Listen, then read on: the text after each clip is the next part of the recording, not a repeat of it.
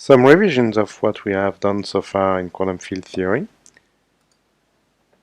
So why was quantum field theory introduced? So that was to merge special relativity and quantum mechanics. The metric is what defines the special relativity properties, and the metric itself is unchanged when we apply Lorentz transformations.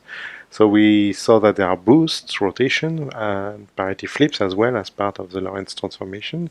We can have also space-time translations, and we saw that this generates a set of commutation relationships, so that's the Lie algebra, and from that we could already deduce a lot of properties of physics and how the spin works, for instance. We saw how to transform the state for a particle.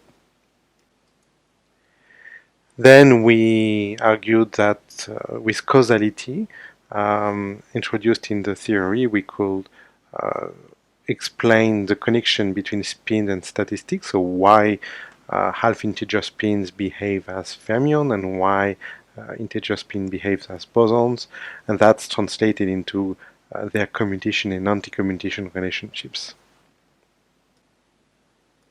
The motivations for quantum field theory was that to merge relativity and quantum mechanics, relativistic quantum mechanics was not enough because there was too many problems. Particles can even die. There is an asymmetric treatment of space and time. There is a causality problem. There is also the existence of negative energy solutions and an asymmetric treatment of particles and electromagnetic fields. So all the physics of our system is encoded into the action, which is a space-time integral of a Lagrangian density. And in particular, it encodes Lorentz invariance, the fact that the kinetic energy is positive, and we introduce also quadratic term with the field, which turns out to correspond to a mass term, and higher order terms we showed correspond to interaction within the fields. We have different type of fields depending on their spin. So spin 0 corresponds to scalar, spin 1 to vectors, spin 1/2 to 4 spinors. And we worked out 3 Lagrangians for all these different spin fields. So we have the Klein-Gordon Lagrangian for scalar fields, the Maxwell Lagrangian for massless vector field, and the Dirac Lagrangian for 4 spinor field. So in the case of spinors, we had to introduce Dirac matrices. And in order for the Dirac Lagrangian to recover the Klein-Gordon Lagrangian, these matrices needed to obey a specific anti-commutation relationship. So the anti-commutator is proportional to the metric. And that gives us 4x4 matrices, and therefore the spinors had to be 4 spinors. We introduced Feynman notation.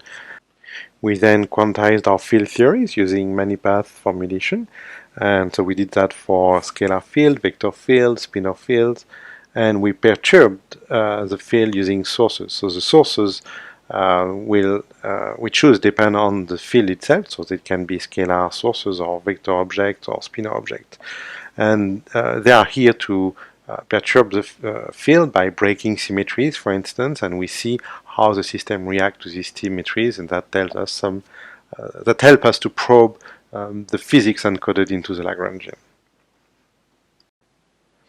So the problem is that these path integrals are usually too complicated to solve exactly, so we could solve them only for free fields, so when we have quadratic Lagrangians in the field, and in that case we could rewrite our Lagrangians or path integrals as Gaussian path integrals. In that case we can solve exactly the problem.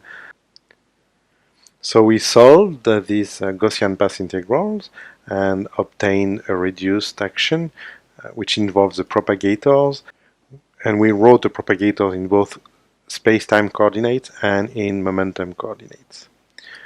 So we got the 3 propagators for all type of fields we have seen so far, so spin 0, spin 1, with or without mass, and spin 1/2. So we know how to solve quantum field theory for free fields, but when we have interactions we need to take into account approximations.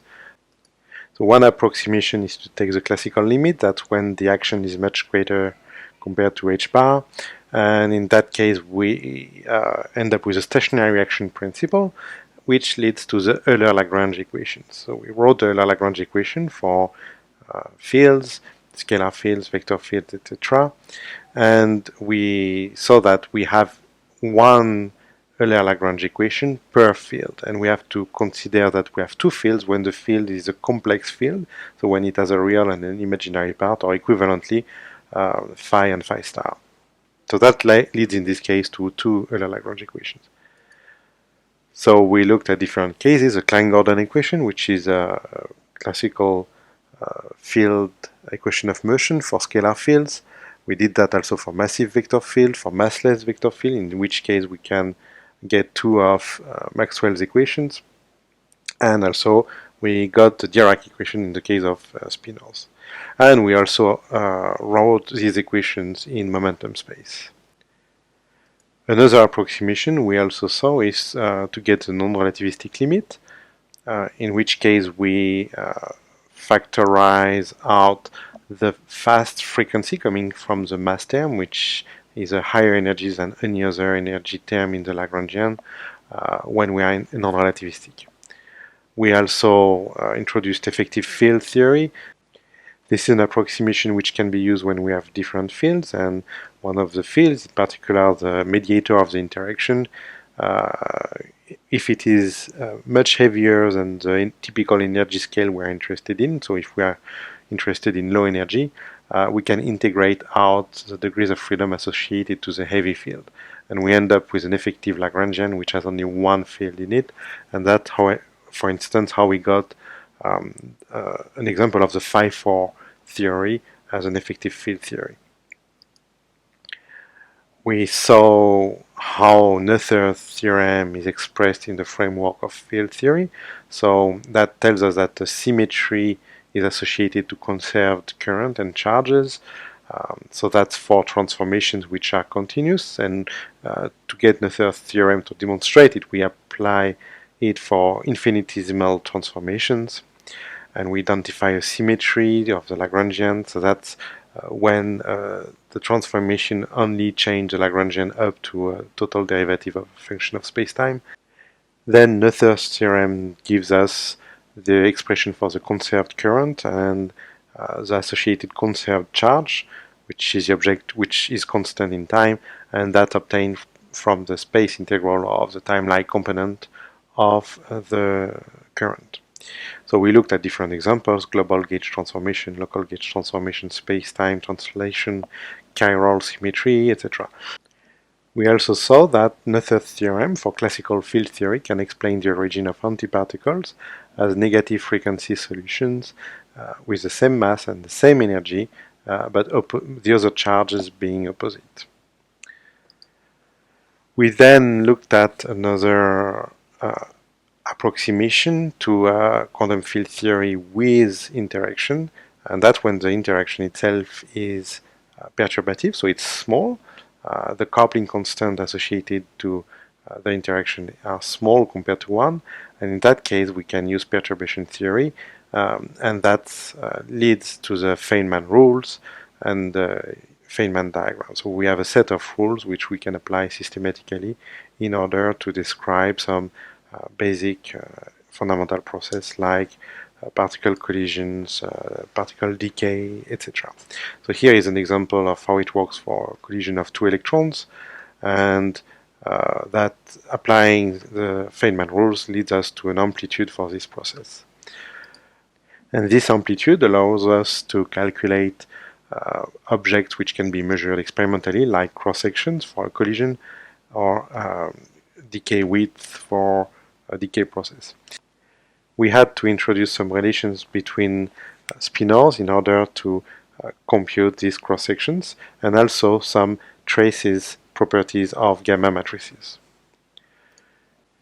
We then investigate in more detail the specific case of gauge invariance, and we saw that when we require local gauge invariance to a theory, which is something we believe should be true for any local theory because it should not depend on the phase locally, then we need to replace our covariant derivative by a gauge covariant derivative which introduces a new gauge field which has to be massless in order for local gauge invariance to be true. And that's how we explain, for instance, the existence of the electromagnetic field, which gives rise to the photon as a mediator of quantum electrodynamics. However, we also have interactions which occur through a massive gauge field, and that's the case for weak interaction, for instance. And to explain the mass of the gauge field, we had to look at spontaneous symmetry breaking. So first, we introduced spontaneous symmetry breaking for global gauge transformation, and that told us that we have a mode which is called the Goldstone mode, which corresponds to a massless boson, and it corresponds to the field rolling along the gutter of the potential energy when we have spontaneous symmetry breaking, so when the ground state is obtained for non-zero value of the field. We saw that in the case of the chiral spontaneous symmetry breaking, this Goldstone mode explained the pion and also the mass of the nucleon. We then looked at spontaneous symmetry breaking, but this time to a local gauge symmetry, not to a global gauge symmetry. And in this case, we don't have a Goldstone mode, so it disappears. And we also saw that this is the origin of the Higgs mechanism, because in that case, the gauge field acquires a mass, and that's how we explain the mass of the mediator of the weak interaction. We then summarize all our findings into big Lagrangian, with the top lines corresponding to QED.